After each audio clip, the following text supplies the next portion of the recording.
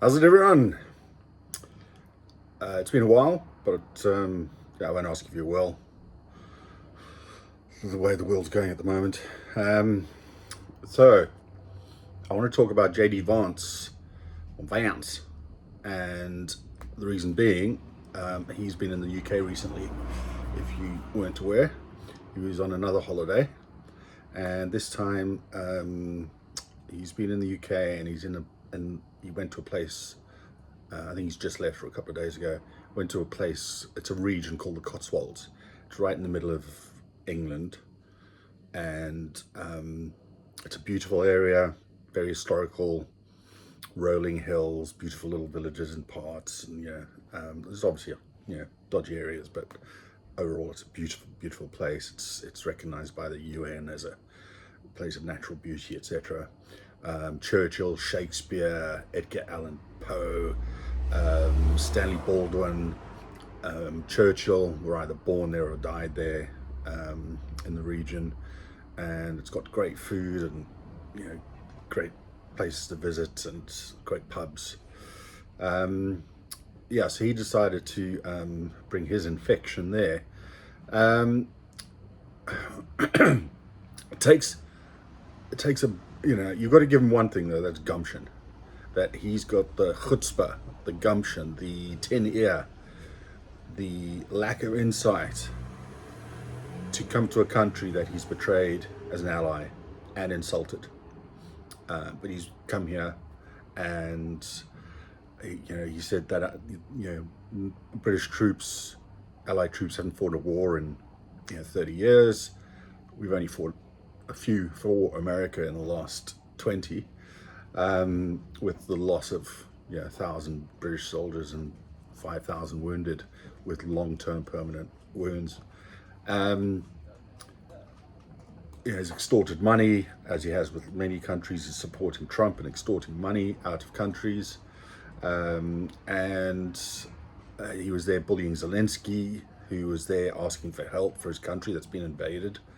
And then Trump's in the news this weekend, literally rolling out the red carpet for him, and then going mute during the press conference, so-called press conference afterwards.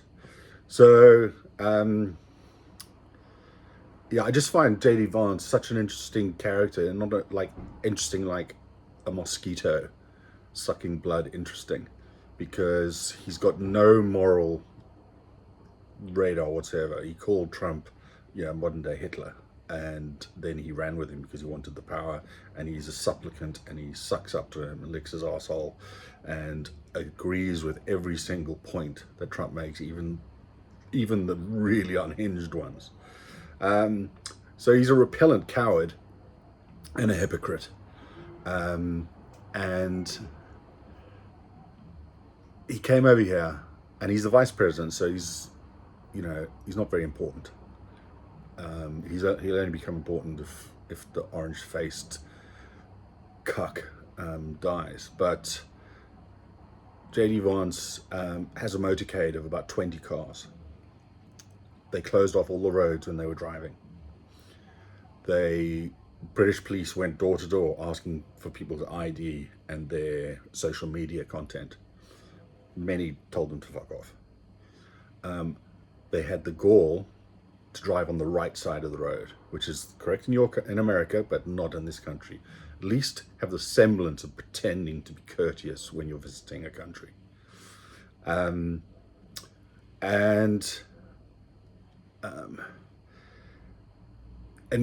JD Vance is probably going to say, after the next president gets in, or the Democrats manage to pull their shit together and start fighting back, and then holding them to account once they get it back into power, whenever that is, in 2 years or 3.5 years. And JD Vance is going to try and distance himself. But there's something which I don't particularly like. It's sort of creeped into British law, South African law, Australian, but it's something in the American legal system, where you're guilty by association if there's a crime that's occurred. And they call it, let me look at this quickly, aiding and abetting or accomplice liability. So that means someone who helps or encourages another person to commit a crime can be charged with the same crime. I think at times it might be, but not the number of times that it is done.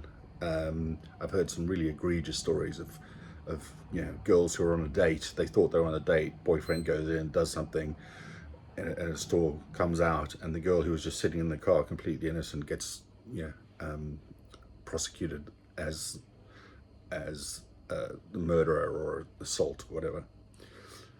So with JD Vance, what we have to remember in his next incarnation, when he tries to go for the presidency, or if he becomes president, and he's trying to mend fences, because America will have to mend fences after what they've done in the last 6 months. They don't think that they do. The MAGA Republicans, Trump, they think they can bluster, normally no consequences. I guarantee you, in capitals around the world, in Europe, in Britain, in Canada, he's not even pretending Mark Carney, he's just giving the middle finger. But they will be addressing what America's doing to them. They will be coming up with ways to, just like you get out of a rip, they'll be swimming just around the corner, and everyone's sort of doffing their caps and agreeing with Trump and caving to him. But there will be a long list of countries and politicians with grievances and with payback on their minds, and it'll take time. It'll take years, generations, but it will all add to the undermining of American authority and alliances. So it came out this week that just since, what are we, 7 months in, 7.5 months in,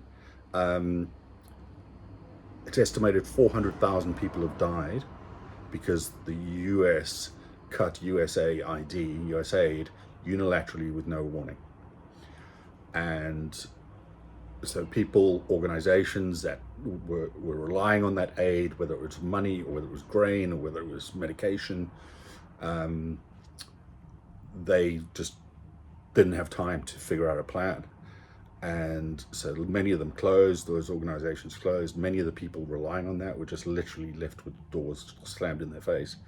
So it's 400,000 people around the world have died because they weren't given medical care, they weren't given pregnancy care, they weren't given life-saving immunosuppressant medication, HIV medication, all sorts of things. So that's just in the last 7 months. That is genocide. The fact that it's disparate around the world means that it cannot be categorized as that. But essentially, when you're talking numbers like that, that's what it is.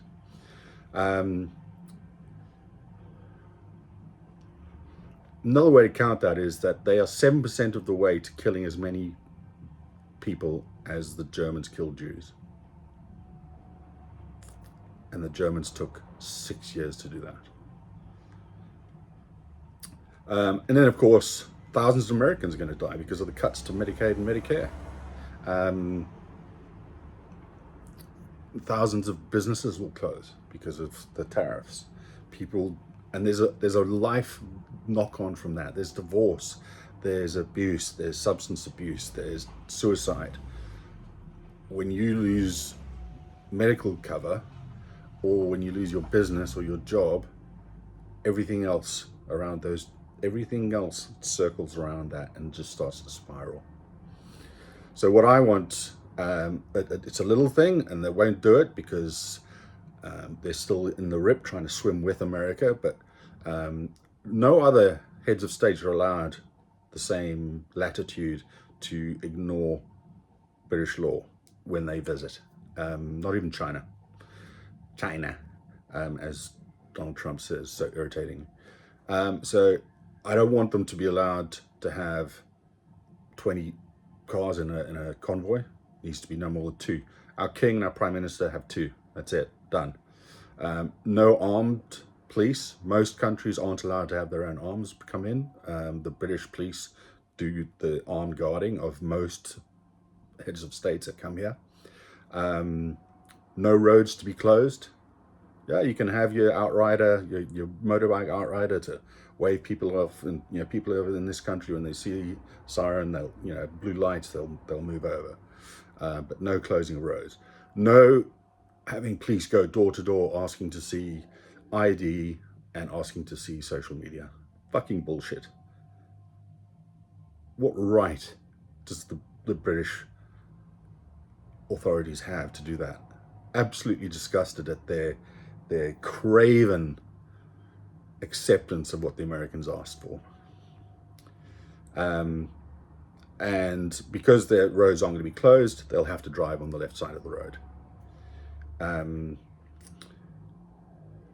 also for British police, I noticed there was a British police car at the front and at the back of the convoy, and they also drove on the right side of the road. No, they should have had the guts, still be in their right place, but to drive on the left. And America has to pay for security. We're sick of paying for the ridiculous amount of security that goes, because America's got Vance or Trump, they've got their own security team, but then the British police have to put in a massive amount of intelligence and bobbies on the beat and cars, etc., to monitor the whole area. So that's Vance. I think that trip has really pissed off a lot of people. There were demonstrations. I'm pretty disgusted at the businesses that took his business. There was a place called Dean Manor and Dales Ford Organic, both owned by billionaires, both unlikely to feel the pinch of, these are hobby businesses for their wives. But they should be boycotted. No one should darken their doors ever again. You've got a guy who, JD Vance himself, has denigrated British military. He has insulted Britain. He has insulted our country and our government. They've betrayed Ukraine, who, if Ukraine falls, Western Europe is then at risk. So he's done so many cowardly and disgusting and odious and insulting things, and he comes here and businesses do business with him, but not all. So shout out to the Bull pub in Charlbury, it's said that it was the staff, but I imagine that the owners probably also were swimming with the rip. But the Bull pub in Charlbury, shout out to them. I'll be going down. It's about 2 hours for me, so I'll be going down at some point. But I imagine that they're fully booked for the next 6 months. Their staff apparently told the owners, when they found out JD Vance was on his way, that they would just drop tea towels and walk out, the whole staff. So they had to cancel that. And then there's a singer and her band members. So give her a shout on TikTok and Instagram. Her stage name is Dolly Mavies. Her real name is Molly Davies. Okay, so it's Dolly Mavies or Molly Davies. There we go. She was a singer. Her band, they heard that JD Vance was coming. Vance later denied that, but she said no, we could see him literally pulling up in his convoy. They packed up their kit and just got out of there. So shout out to them. I think Molly Davies said a great line. I'm sure it's been said before, but she said morals before money. So shout out. I hope she's getting loads of businesses, loads of downloads. So they are. All in all, JD Vance coming into this country, coming into your business, you welcoming him, that's no different to Rudolf Hess or Hermann Goering being invited into your business. These people have blood on their hand. They're going to have more blood on their hand. And I've got absolutely no compunction about asking for businesses to be boycotted for their behaviors. And welcoming in that odious, horrible, cowardly lickspittle of a man is, it's quite quisling, quite a quisling move on behalf of those businesses. So there we go. I will see you around.